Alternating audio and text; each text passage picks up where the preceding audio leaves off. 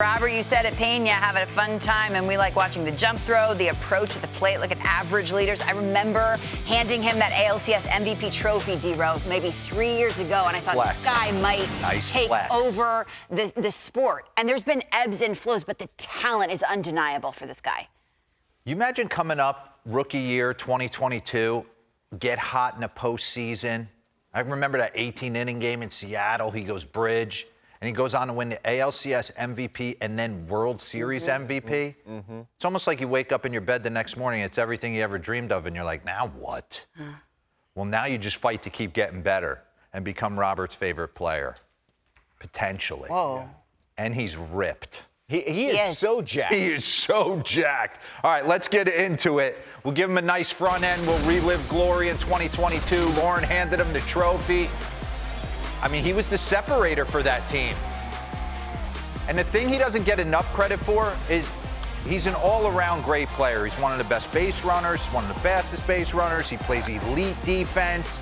Watching him be fundamentally sound, you see him holding up the trophy right there. And I just want to take you, pause this real quick. Give me the first two boards. Fangraphs WAR leaders this season among position players. We actually did this yesterday with Pete Crow Armstrong. He sits third. Look who's sixth.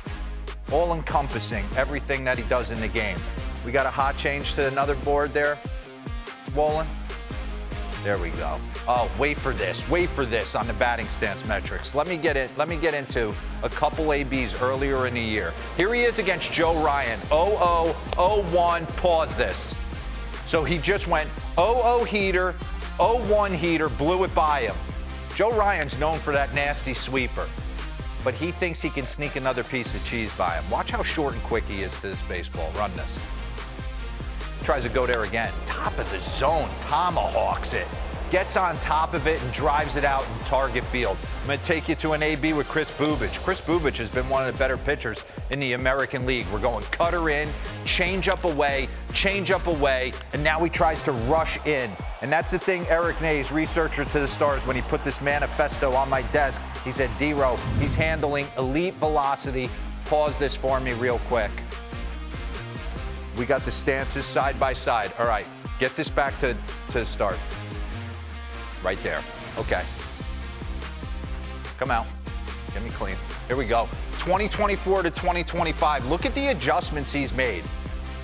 He was pretty stale right here, and then he's wide open. And why did he do that? Alex Cintron talked about, and I was a guy who did this as well.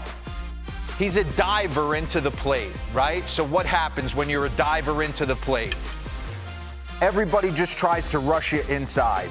And then you start fishing on sliders down and away. So they thought with him getting a little bit more open and then closing up at address, he would be a little bit more centered and he would have a lot more space to handle that pitch in and not fish as much, stay tall, stay more athletics. Yes, give me the batting stance comparison. Stance angle 2024, 3 degrees open. Now he's 18 degrees open. That's a major adjustment. Depth in the box, pretty similar. Just kind of ticked back his back foot just a little bit. Distance off the plate, pretty much the same. Give me the side by side because he's gotten wider this year as well. Wow. He also you do. Go back into the tape. Yeah, he's also didn't have that. He did away with a bat waggle. Right there. Run that back for me. Pause. Get it all the way back to his foot down. There we go. 2024, you see him. Pretty even. Now he's wide open, maybe a smidge wider. And like Robert's saying, got rid of that bat waggle a little bit. So run this real quick. Just constantly making adjustments. Listen, he gives you Carlos Correa vibes because he's got these stiff kind of actions to the baseball. He's super athletic, but he's super twitchy. Ooh. And he's been able, I mean, that's Jackson Jobe, 98 miles an hour, and he is getting on some cheese. Ooh. 96, American Family Field. So pause this for me and bring up what he does against fastballs and 95 plus. So versus four-seam sinker fastballs, there's Aaron Judge, Jeremy Peña second. And then when you look at what they do against 95 miles an hour plus in a game of high velocity. It's Aaron Judge, Gunnar Henderson, Ivan Herrera, and Jeremy Peña.